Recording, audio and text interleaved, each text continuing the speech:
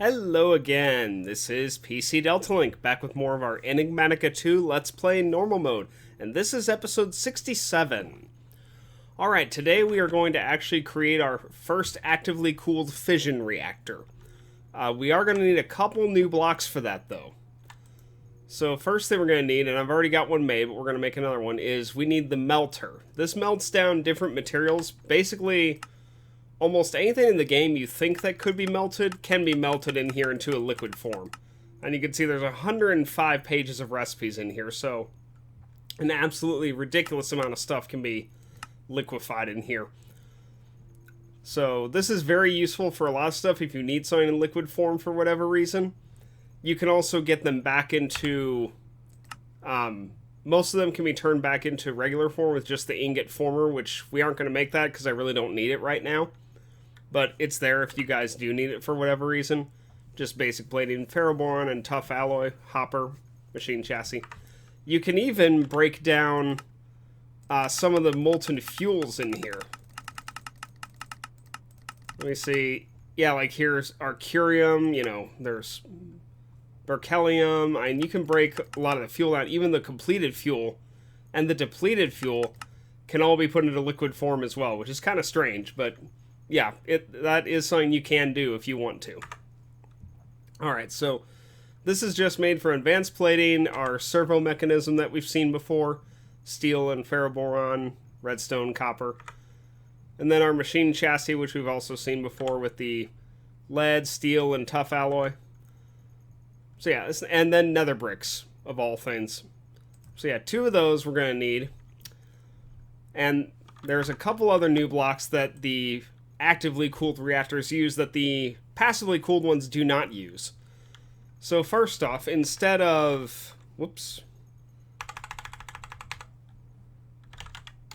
Let me find... Here we go. No, that's super cool. Here we go. You know, normally we have our empty cooler here, which is tough alloy, and steel, of course, gets 2 of them. But this is only for passively cooled reactors. This is not what you use for an actively cooled reactor. You will need these. These are active fluid coolers. And these are made slightly differently. They're basic plating, 2 tin, 2 copper, and a cauldron. And of course, a cauldron is just 7 iron. So we're going to need 15 of these for our build we're using today. Could get by with less, but this is the build that I had come up with, and I didn't finesse it any past there. The other thing you're going to need is this is a buffer. This is used to put coolants into the fission reactor, which are pumped into these active fluid coolers. So buffers are made from basic plating, 2 of the copper solenoids, copper and iron, and then 2 buckets and a hopper. So not that expensive. We're going to need a few of these. I went ahead and made 3. So, alright, we also have our mechanical pipe ready to go here. We got 32 ultimate and then 56 advanced mechanical pipe. We're going to be using our export buses again in a little bit, so I've got 2 redstone cards and 2 export buses ready to go. We're going to need a quantum entangler and there's a lot of stuff we have to build today.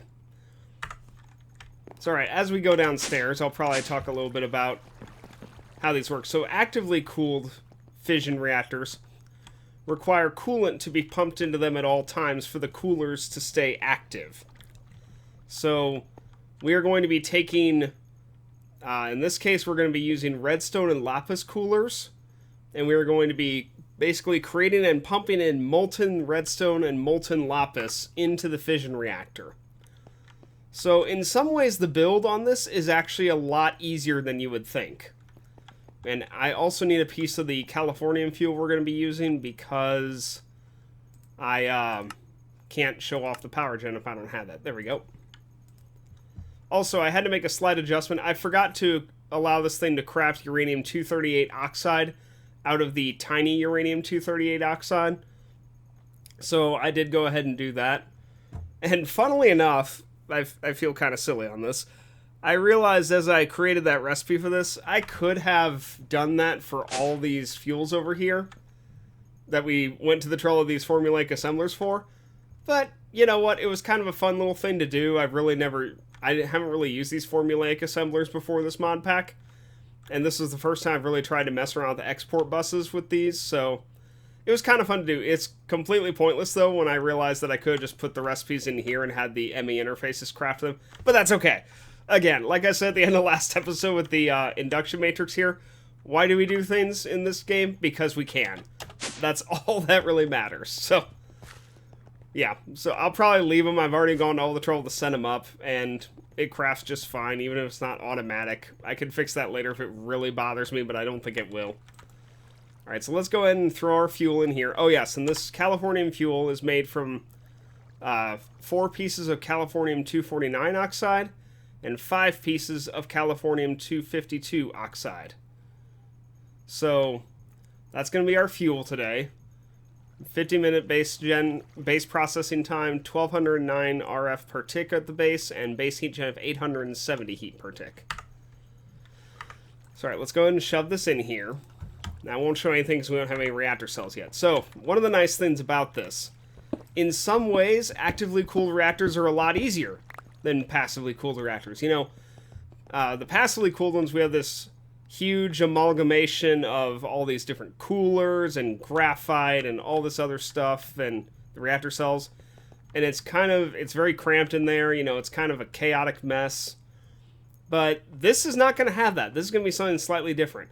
And I'll go ahead and address what you all are probably seeing. Yes, we are going to have some dynamic tanks down here. 2 of them, actually. One for our molten redstone and one for our molten lapis that we are going to need for the cooling on this. And we also did kind of, in building this reactor, we did kind of break out into the underground river. We're not too far from the other areas. There's our bridge and our ME controller and whatnot. But yeah, we have kind of broken into the area over here. So, okay. And I just realized I don't have my notebook next to me, so give me just a moment here. Because I have the design written down. It's not a difficult design, but I need to look at it anyway. Just to make sure I'm doing this correctly.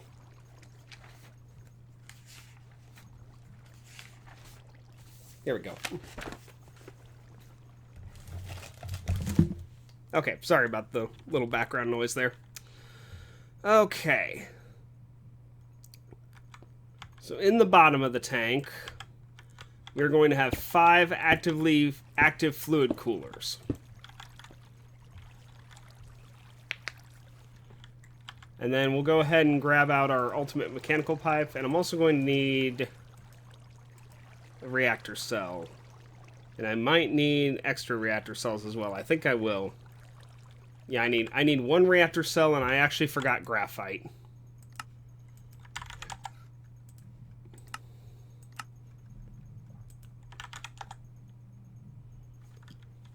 So give me a sec here. We'll have this shortly.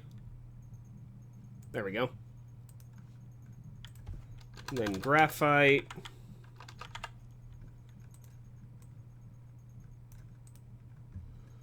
Okay, and I need just 4 graphite, really not many. Okay, so we're going to have a reactor cell out front here, and then 5 active fluid coolers here. Oh yeah, casing's incomplete. Alright, we are also going to put our first buffer in. And yeah, buffer is how you transport liquids into this tank. So we're going to put it right, I think I can put it right here. Well, actually, I need to kind of look at this. So we have a back maintenance area here.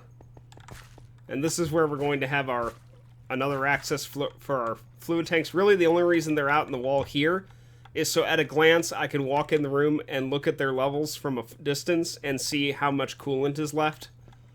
But back here is where it's actually going to be interactive with it. This also kind of broke into the river. You can see we're basically in the underground river. Oh, wow. This is an old area. That's the zombie spawner from a very long time ago. But yeah, we are right below the underground river. And, yeah, right here you can see some of the cobblestone where I broke through and patched it from underneath. It's alright. Anyway. Oh, stuck. We have a little area up here as well. This is where we have some quite clear glass up here I put in to wall this off. This is where we're going to have our 2 drawers that are going to store our lapis and redstone. Then they will be pumped out of here into the melters, and from there into their respective tanks. So, alright, we're actually going to go ahead and get a little bit of the setup, mainly to clear some of this out of my inventory, because my inventory is kind of full right now.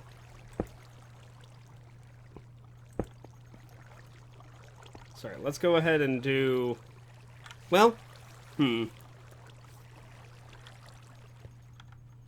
I guess I could leave them separate. It really doesn't matter. See, some of this I haven't quite finessed how I want to do it yet. Let me do this.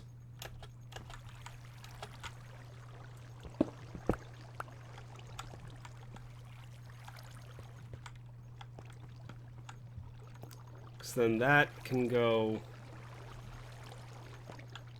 Yeah, let me do that. So let me get some advanced mechanical pipes. I don't need the ultimate right now.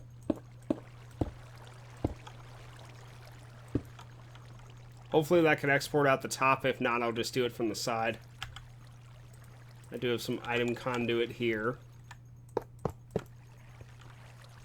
Okay, so we're going to need this to go on insert. This to be extract. We're actually going to need the same thing here. Always active. And build on over here.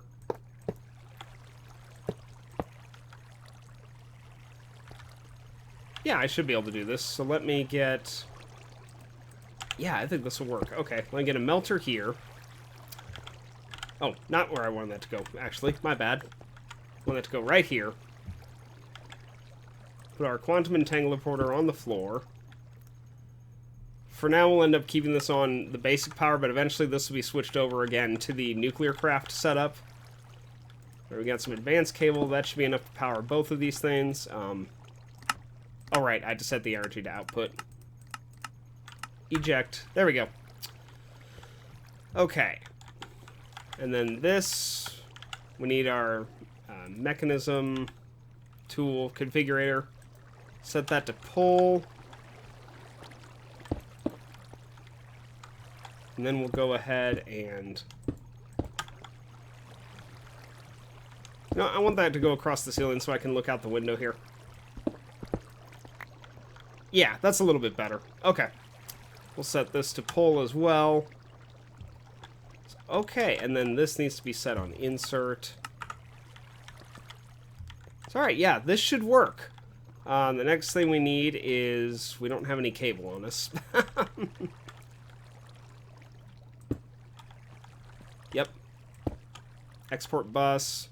I can go and access this even though I don't have any of the materials with me. Let's go ahead and set these to active with signal.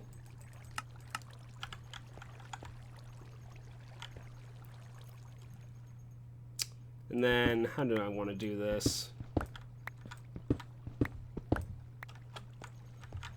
We're actually going to make another item real quick that I actually discovered the other day. That is a very handy tool. And it's from a super tiny mod I didn't even know existed. It's this right here. It's... Well, can I make this real quick? I probably can. This is AE2 Stuff, is literally the name of the mod. I don't know all of what this does yet, but it does allow for wireless applied energistics stuff. I will end up looking more into this in between episodes and to a future point, but the big thing I want to look at right now that I kind of discovered was the network visualization tool. And this thing is amazing. I'll show why it's amazing, but we got to craft a couple items first.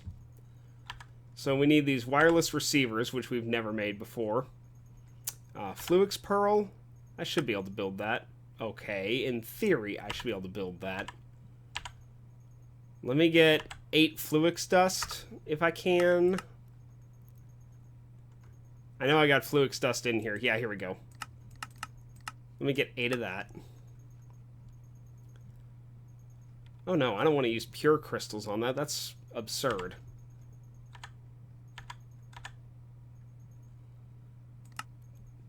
Dangnabbit. Sometimes the... Yeah, here we go. Sometimes the thing to add items into this is not the most intuitive. There we go. 2 Fluix pearls. Thank you. Okay, drop those back in there. Get this wireless receiver. I don't have any quartz fiber? Are you kidding me? Oh my gosh.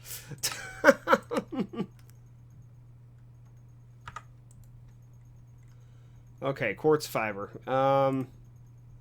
Give me like 20 of that, jeez. That stuff should be in here. That should not be this big a deal to get that. How is that not made yet? Jeez, okay. There we go, 2 wireless receivers. We'll just throw this back in here. Then we need engineering processors and a illuminated panel, which I don't know if I've got that or not. No, but I know this system should know how to craft that. We're going to need 2 of these, so I'll go ahead and start that as well.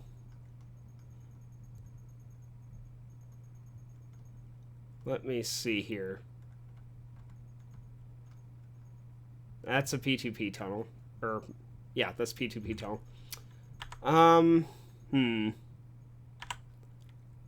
Let me go ahead and get this quartz glass. Oh, for the love of crap. Okay, I know the system can make quartz glass. Yeah, frickin' heck. Come on. Work with me here, game.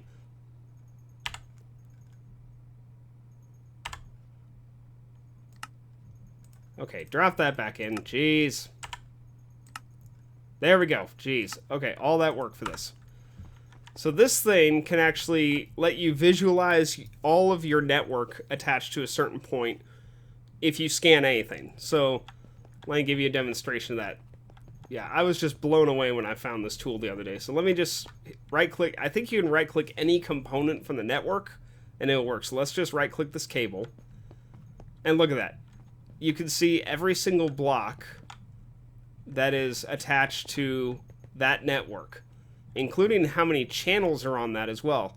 Like here you start with the 1 channel, but then it's 2 because both of those are from export buses right there.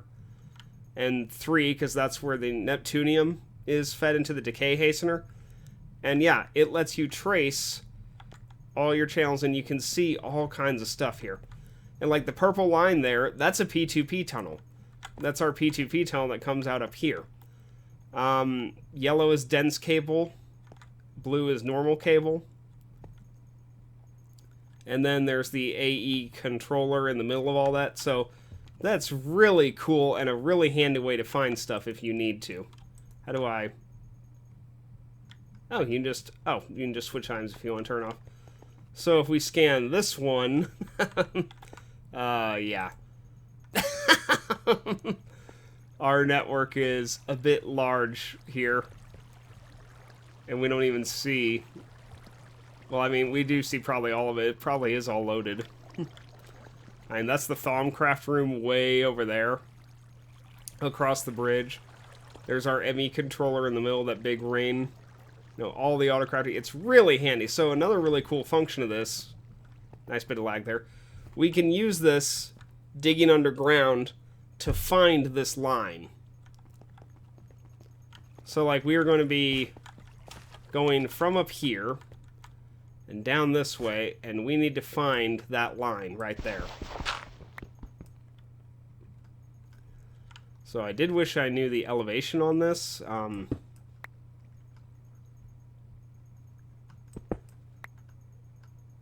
That's probably correct. So, alright, now we just need to dig over to it.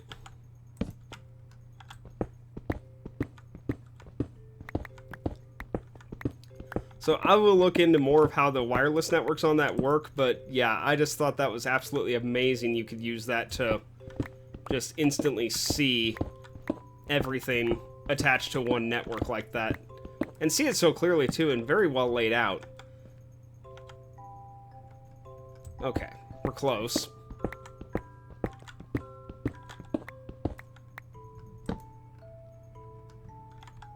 We are really close.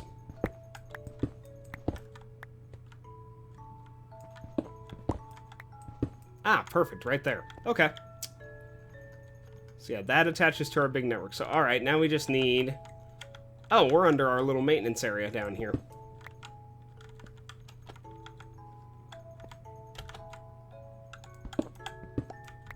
So now we just need some cable.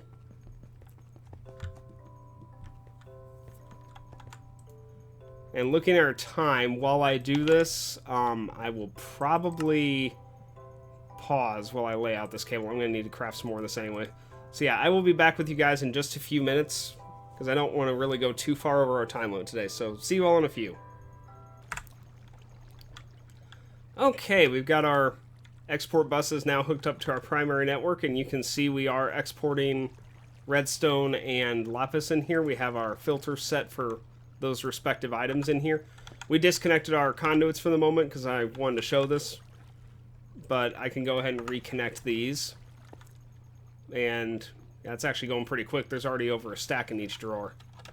So I'm going to go ahead and connect these up. And these should start melting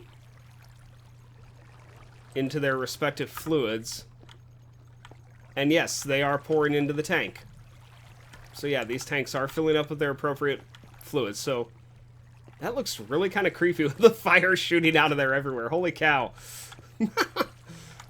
If this place was made of wood, I'd be half worried it was going to catch fire. Yeah, we'll let this run for the moment. And let this fluid build up because we got more work to do in the meantime. So alright, back out here. So yeah, we kind of left off in the middle of this, so let's get back to this. So we're going to need our mechanical pipes, and we're going to use ultimate ones here. And we're going to need our mechanical pipes because these are what fill up the fluid coolers. So we're going to lay these out like so. And they don't transfer between, like this pipe over here will not transfer through the cell into this cooler. So all the coolers have to have their own individual connections to the network. So alright, in the second layer, this one's pretty easy. This layer on the middle here is just 5 reactor cells, like so. Then in the middle layer, we are going to have 5 more coolers. Just like this.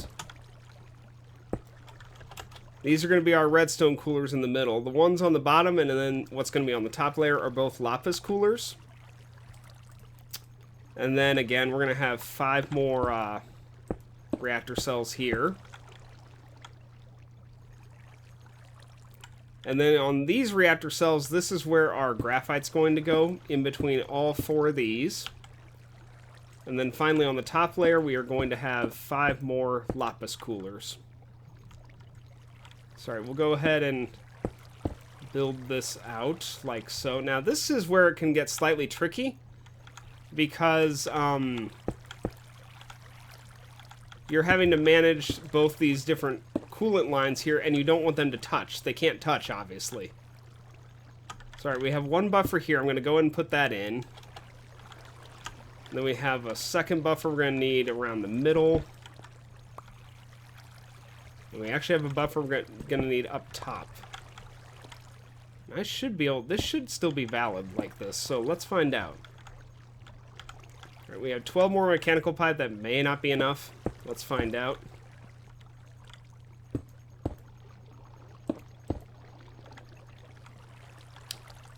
No, it is not enough. It's pretty close, but it's not enough. I think I have a couple more alloy in here I can transform some of these pipes. The main reason we're using ultimate is because of their capacity. They act as extra storage buffer in the reactor if we need it. Let me look at our reinforced here. Yeah, we got one. Yeah, 1 more piece of this should be enough. And then atomic alloy. And then I gotta go turn off those levers because we're losing a lot of stuff. Okay, there's some more ultimate pipe real quick. Okay, let me go turn off those levers because we're exporting like our entire stock out of here. Yeah, there's 12 stacks and 8 stacks respectively. That's more than enough for now.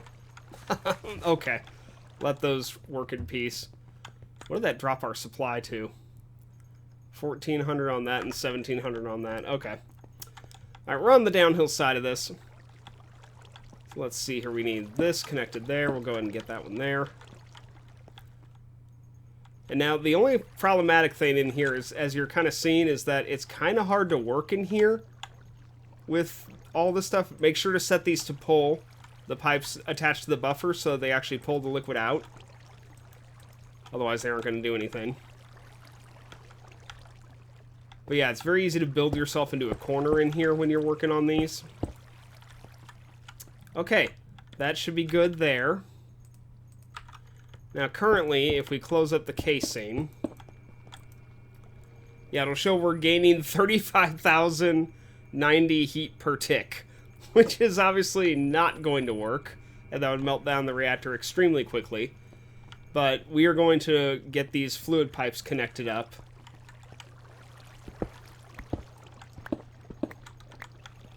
Alright, so which one... See, this is why I put these little windows here. So this one's redstone, that one's lapis.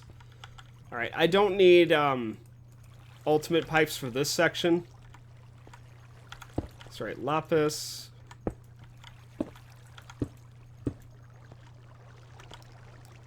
This is going to be slightly... No. I can make this work. It's fine.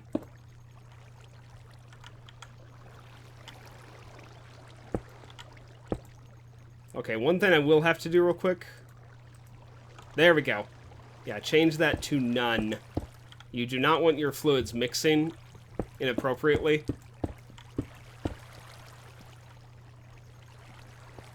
Sorry, let's go ahead and pull this.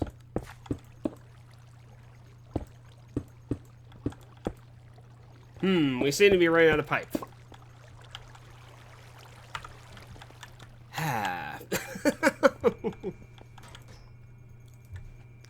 Let me see if I have any in stock. I really don't. But I can craft it.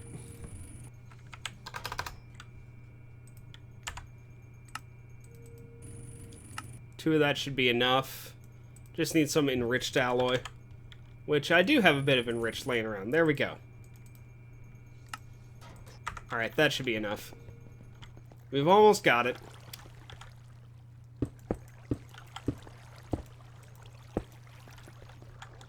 Okay, now how are we doing on our capacity here?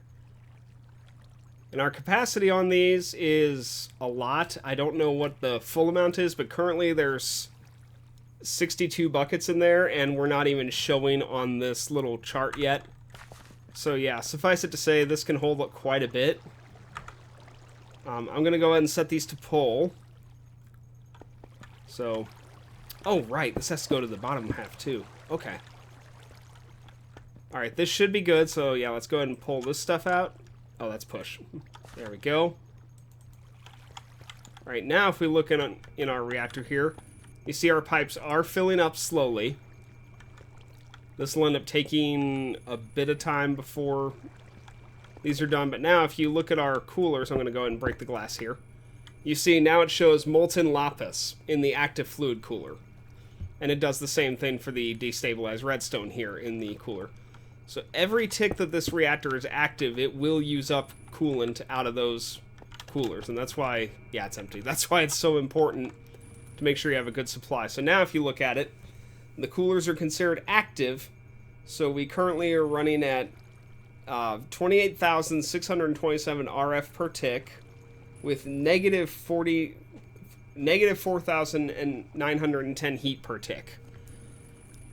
And to keep this at the 5-minute level like I've been doing, that's really where we need to leave it. You could probably get a reactor cell or two more, but you're going to decrease the fuel time, and I'm not going to be able to keep up with that with my current setup I've got here. So I can real quick, although I can't run it for very long. I always forget there is no lever. Actually, I don't need this. I have a cobblestone right here. So I can get a lever briefly here.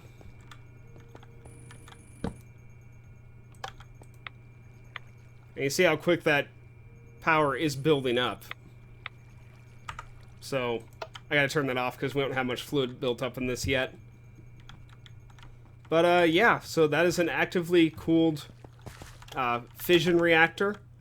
We'll go ahead and I will let these build up in between episodes. I'll probably see about... Honestly, these smelt pretty quick as it is. These really aren't using much power. I don't think, and they certainly aren't taking much time to do this either. But it's just a lot of... There's a lot of buffer that has to build up on this. Because, when you think about each... And this is partially why I used ultimate pipes again. Let me break back in here. Each piece of these pipes holds 64 buckets worth. These ultimate pipes. So, actually, if you look at it, it shows the total volume in the pipe. So, altogether, it looks like these pipes for the lapis here will hold 768 buckets worth. And currently, there's 72 buckets worth. So, the pipes take extremely long to fill up, but they are also a very nice safety cushion. It's probably overkill. I probably could have gotten by with elite pipes in there, but that's okay. And then buffers themselves also have a small amount of fluid that they can hold. So if you look at the buffer here, it holds 64 buckets worth of fluid. So, on top of the pipes. And then, of course, we're going to have our dynamic tanks. We're probably going to end up breaking down a lot of the lapis and redstone in between episodes, so that we can keep melting a lot of that down, because... Oh yeah, we're already out of redstone. So, yeah, I'll end up having this go between episodes. I'll go ahead and turn that on, actually. But, yes, this shows you how to build a actively cooled fission reactor, and how to set it up, and also have some of the liquids on hand ready to go for it. So, alright, I think that's going to about do it for today. We're not too far over our time limit. So, thank you all very much for watching. I hope you all have a great day, and I will see you next time.